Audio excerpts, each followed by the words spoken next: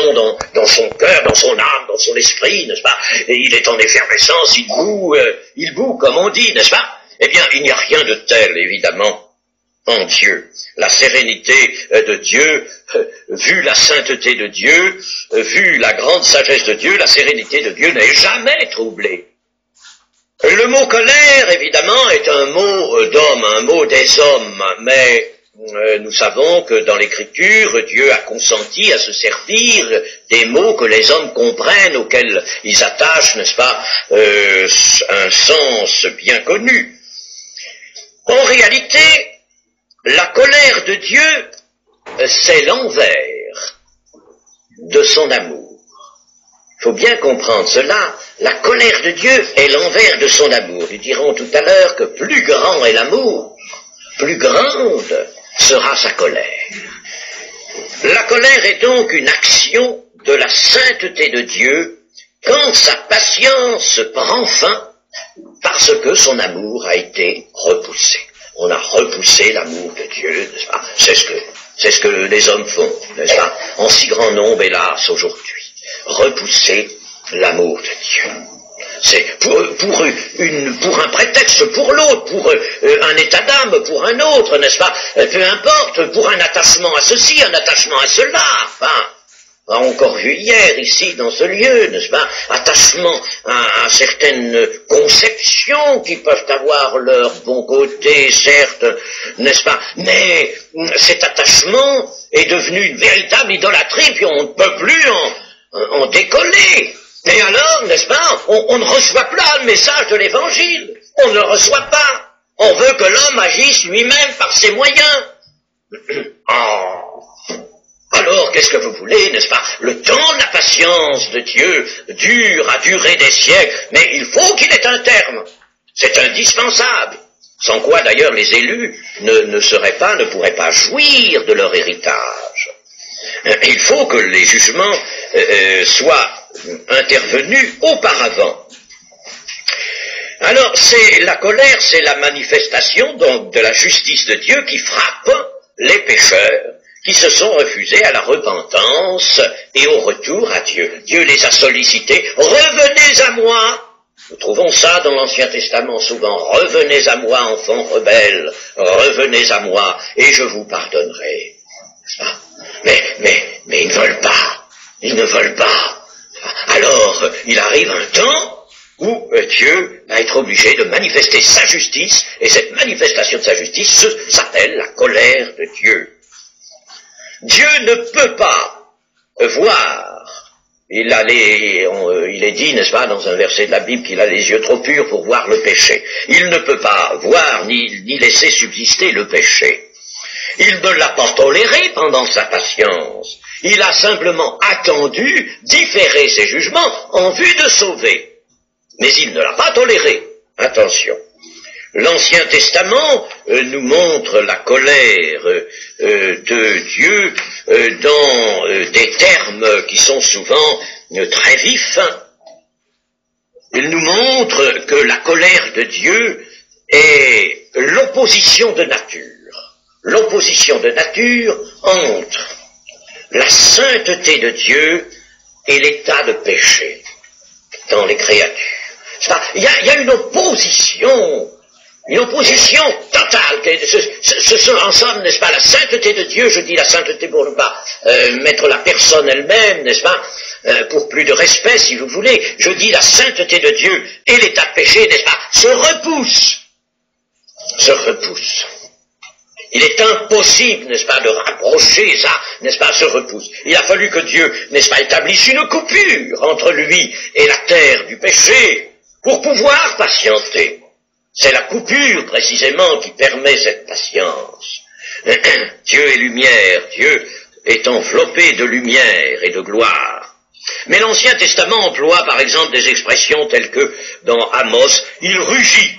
Il rugit. Voyez quelle audace, n'est-ce pas? Vous savez que l'Ancien Testament a un langage très audacieux, et qui n'est pas irrespectueux.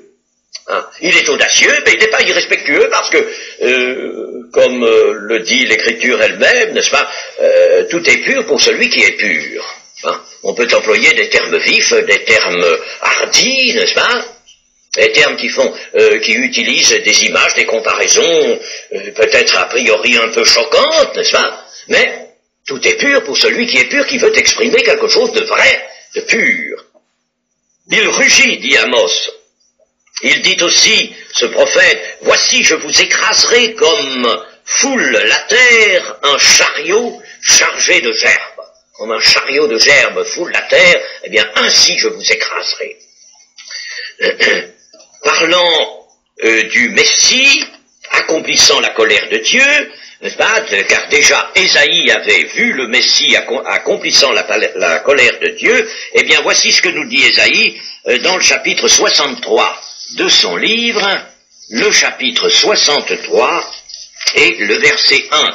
Nous allons lire 6 versets là qui sont très intéressants, c'est prophétique, hein, ça semble menacer Israël en particulier de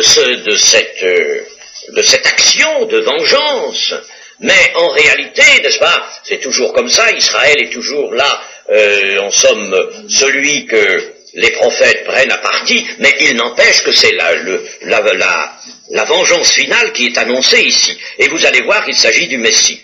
Qui est celui qui vient d'Édom, de Botsra en vêtements rouges, en habits éclatants, et se redressant avec fierté dans la plénitude de sa force. Lisons, se redressant dans une attitude, n'est-ce pas, digne, parce qu'avec fierté, la fierté est quelque chose qu'on ne peut pas prêter à celui qui est doux et humble de cœur.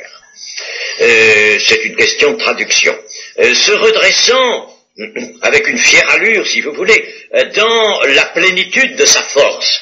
C'est moi qui ai promis le salut, qui ait le pouvoir de délivrer. C'est donc bien le Messie qui est là. Pourquoi tes habits sont-ils rouges et tes vêtements comme les vêtements de celui qui foule dans la cuve? J'ai été seul à fouler au pressoir, et nul homme d'entre les peuples n'était avec moi.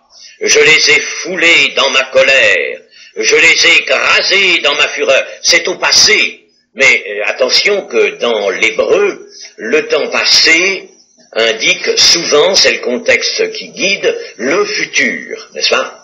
Attention à cela. Les temps dans l'hébreu, n'est-ce pas, sont traduits littéralement ici par notre traducteur, et c'est encore des choses, des règles qu'il faut connaître.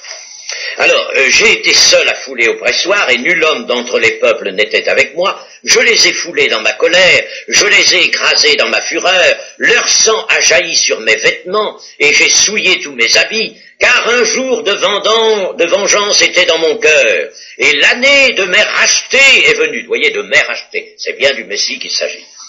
Et l'année de mes rachetés est venue. Alors, quand l'année, c'est-à-dire le moment, n'est-ce pas, de faire paraître les rachetés dans la gloire, est venu, alors il faut que la vendange s'exerce. C'est ce que je vous disais tout à l'heure. Sans les jugements, n'est-ce pas, le temps du règne ne peut pas s'ouvrir, le temps de la gloire, du règne de gloire ne peut pas s'ouvrir. Verset 5, je regardais et personne pour m'aider. J'étais étonné et personne pour me soutenir. C'est-à-dire que là, n'est-ce pas, tous les hommes sont pécheurs, aucun n'est apte à participer à ce jugement-là. Alors mon bras m'a été en aide, et ma fureur m'a servi d'appui. Vous voyez la colère de Dieu, n'est-ce pas, sous le nom ici de fureur. Ma fureur m'a servi d'appui. J'ai foulé des peuples dans ma colère. Je les ai rendus ivres dans ma fureur. Ivres de quoi? Ivres de douleur. Le sens est dans l'hébreu. Je les ai rendus ivres de douleur dans ma fureur, et j'ai répandu leur sang sur la terre.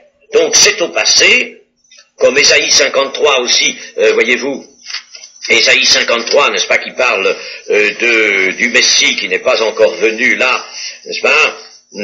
Eh bien, voyez, il y a le temps passé au verset 7. Il a été maltraité et opprimé, il n'a point ouvert la bouche, semblable à un agneau qu'on mène à la boucherie devant ceux qui l'attendent. Il n'a point ouvert, il a été enlevé par l'angoisse, mais c'est pas encore réalisé. Mais c'est un temps passé parce que, je le répète, n'est-ce pas, comprenons bien cela, l'hébreu est traduit littéralement, n'est-ce pas, et le temps passé, ici, indique un futur. Bon, alors vous voyez, j'ai foulé des peuples dans ma colère. Vous voyez qu'Ésaïe avait eu la vision de la colère de l'agneau. Colère de l'agneau. Ézéchiel parle d'une coupe aussi d'ivresse et de douleur. Mais les prophètes, d'une manière générale, annoncent la période des jugements comme le grand jour de l'Éternel. Le jour de l'Éternel. L'expression « le jour de l'Éternel, le grand jour ». Je ne vais pas faire la revue des prophètes, mais on va en prendre un seul. Sophonie. On va prendre Sophonie. Chapitre 1, verset 14. Le grand jour de l'Éternel est proche. Il est proche. Il arrive en toute hâte. Le jour de l'Éternel fait entendre sa voix. Et le héros pousse des cris amers. Ce jour est un jour de fureur, donc le jour de la colère de Dieu, un jour de détresse et d'angoisse, un jour de ravage et de destruction, un jour de ténèbres et d'obscurité, un jour de nuée et de brouillard, un jour où retentiront la trompette et les cris de guerre, donc c'est pas un jour de 24 heures, contre les villes fortes et les tours élevées. Je mettrai les hommes dans la détresse. Et ils marcheront comme des aveugles, parce qu'ils ont péché contre l'Éternel. Je répandrai leur sang comme de la poussière, et leur chair comme de l'ordure. Ni leur argent, ni leur or ne pourront les délivrer au jour de la fureur de l'Éternel, par le feu de sa jalousie. Tout le pays, c'est plus exactement toute la terre, sera consumé, comme le dit Pierre, l'apôtre Pierre, car il détruira soudain tous les habitants du pays. Dans le chapitre 2 de ce même prophète, verset 1, « Rentrez en vous-même, examinez-vous, nations sans pudeur, avant que le décret s'exécute et que le jour passe comme la balle, avant que la colère ardente de l'Éternel fonde sur vous, avant que le jour de sa colère, que la colère de l'Éternel fonde sur vous. Cherchez l'Éternel, vous tous, humbles du pays, il faut de l'humilité pour chercher l'Éternel, qui pratiquez ses ordonnances, recherchez la justice, recherchez l'humilité. Peut-être serez-vous épargnés au jour de la colère de l'Éternel. » Voyez-vous, le Seigneur Jésus s'est fait l'écho, il y a de cela, il n'y a rien de changé, l'Ancien Testament et le Nouveau sont en parfaite harmonie. Cherchez premièrement le royaume de Dieu et sa justice, et toutes choses vous seront données par-dessus. L'humilité et la justice. L'humilité qui permet la repentance. Et la justice, justification qu'apporte maintenant Jésus-Christ. Voilà, n'est-ce pas, on ne peut rien toucher à ça, rien déroger à ça. Et c'est pourquoi, n'est-ce pas, ce mouvement charismatique qui parcourt, ou mouvement de renouveau qui parcourt toute la terre, lorsqu'il fait abstraction de l'humilité et partant de la repentance, n'est-ce pas, il est faux, il est mauvais. Il est mauvais. Que des hommes se réunissent pour la prière, exerçant les dons spirituels, s'il y a vraiment des gens baptisés dans le Saint-Esprit, mais des gens avant tout convertis au Seigneur. Et s'ils viennent se réunir, ceux qui ne sont pas convertis, vraiment, ceux qui ne sont pas dans le Seigneur, eh bien qu'ils viennent là. Nous ne pouvons que nous en réjouir s'ils viennent dans l'humilité.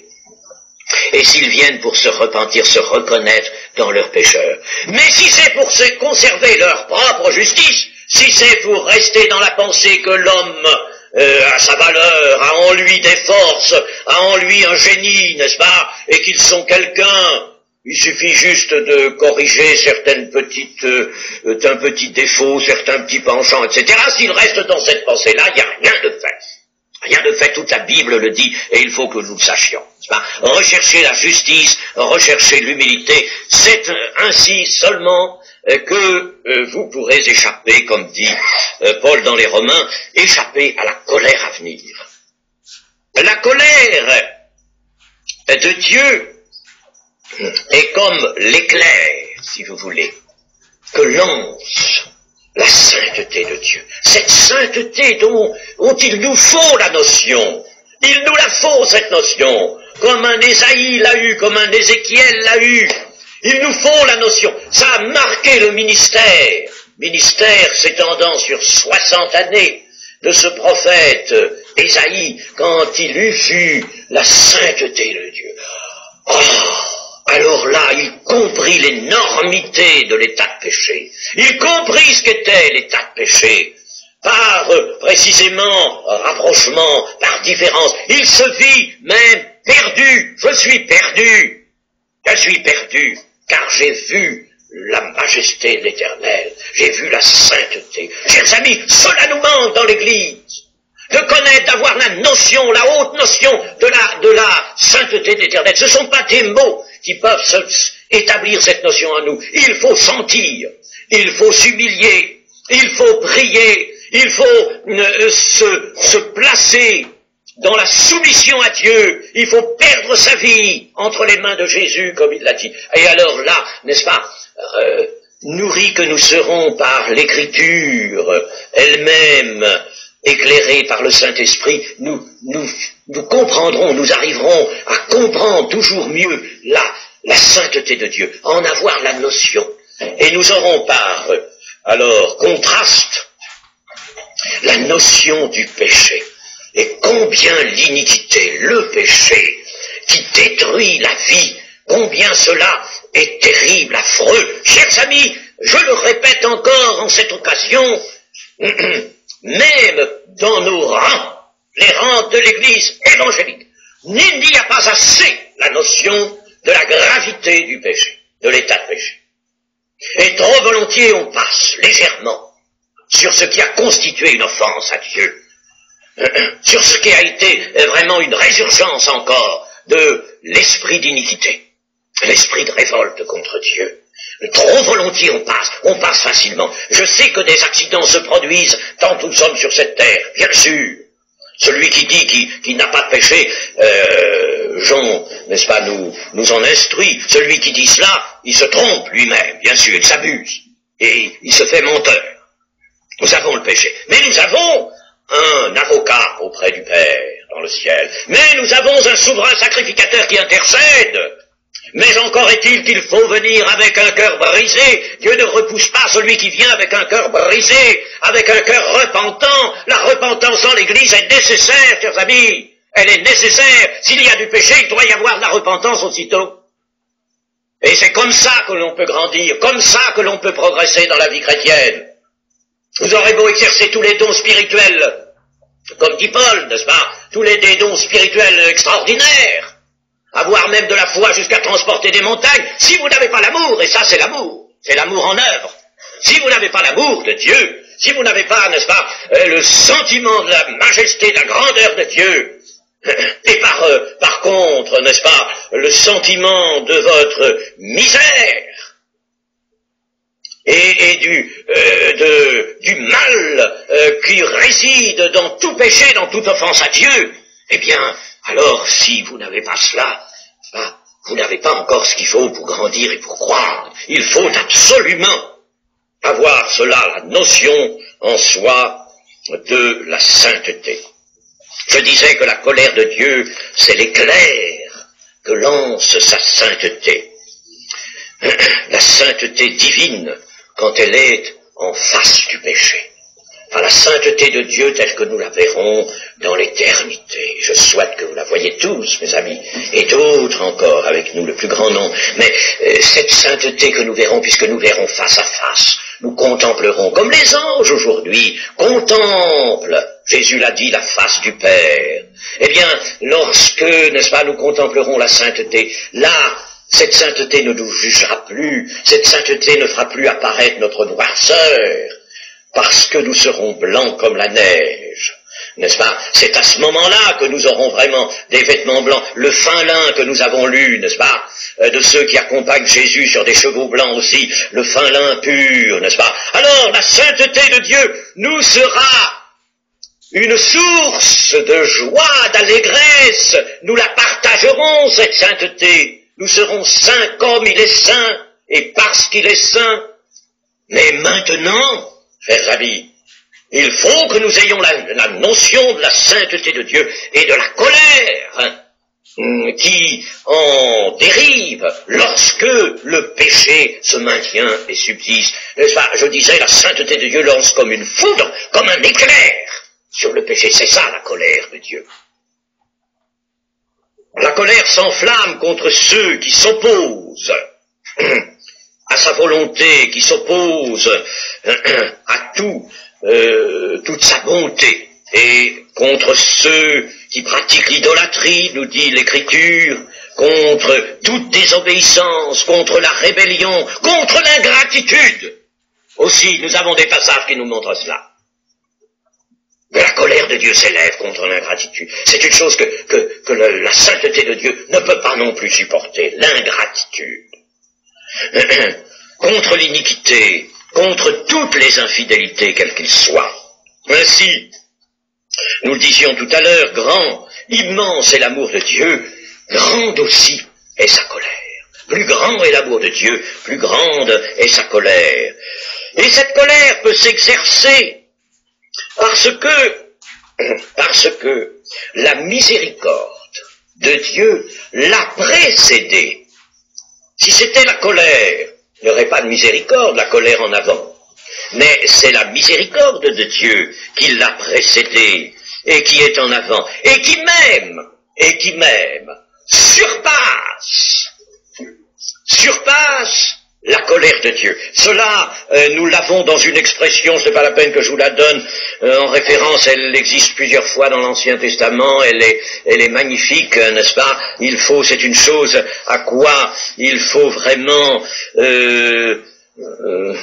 si vous voulez, se reporter souvent pour que l'âme y goûte un divin plaisir, y goûte des délices. Voici cette expression magnifique, qui d'ailleurs touche de très près à Dieu. Dieu est lent, ou l'Éternel est lent à la colère et riche en bonté. Lent à la colère et riche en bonté. Il faut d'autre part savoir que la grâce de Dieu, comme nous le disent certains passages, la grâce de Dieu dure l'éternité. N'est-ce pas? Mais que sa colère dure un instant. N'est-ce pas? Voyons un verset qui nous l'exprime cela. Dans Psaume 30, c'est très beau ça, n'est-ce pas? C'est très réconfortant. Psaume 30, verset 6. Chantez à l'Éternel, vous qui l'aimez, célébrez par vos louanges sa sainteté. Voyez, sa sainteté. Célébrez car sa colère dure un instant, mais sa grâce, toute la vie. Le soir arrivent les pleurs, et le matin, l'allégresse. C'est beau ça, n'est-ce pas? Ce sont de ces versets qui caressent notre âme et qu'il faut connaître et conserver. Jésus a averti ceux qui se refusent à le suivre, ceux qui par conséquent s'écartent du salut. Il les a avertis qu'au jugement, il y aurait, selon l'expression qu'il employait, des pleurs et des grincements de dents. Pleurs et grincements de dents.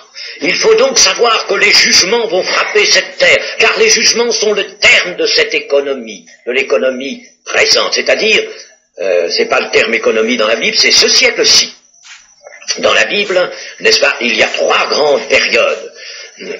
Ce siècle-ci, l'économie, si vous voulez, comme on dit aujourd'hui, l'économie actuelle, le temps actuel, ce siècle-ci, bon, il va se terminer quand se termineront les jugements. Les jugements, n'est-ce pas, vont constituer la fin, le terme. Puis, il va y avoir le siècle à venir. Le siècle, c'est pas un siècle infini, celui-là. Le siècle à venir, c'est le millénium que nous étudierons. Puis après ça, il y a alors l'éternité qui s'ouvre, qui s'appelle au siècle des siècles. Au siècle des siècles, n'est-ce pas? Le siècle présent, le présent siècle, le siècle à venir, a dit Jésus, et puis au siècle des siècles. Alors, sachons que cette colère de Dieu sera terrible pour la terre, j'ai dit, n'entrons pas dans les détails maintenant, mais elle sera terrifiante, terrible, absolument terrible, terrible. Et de la connaître, cela nous aide aussi à mesurer peut-être ou à nous faire une idée meilleure de la sainteté de Dieu, puisque la colère, n'est-ce pas, c'est le réflexe de la sainteté de Dieu.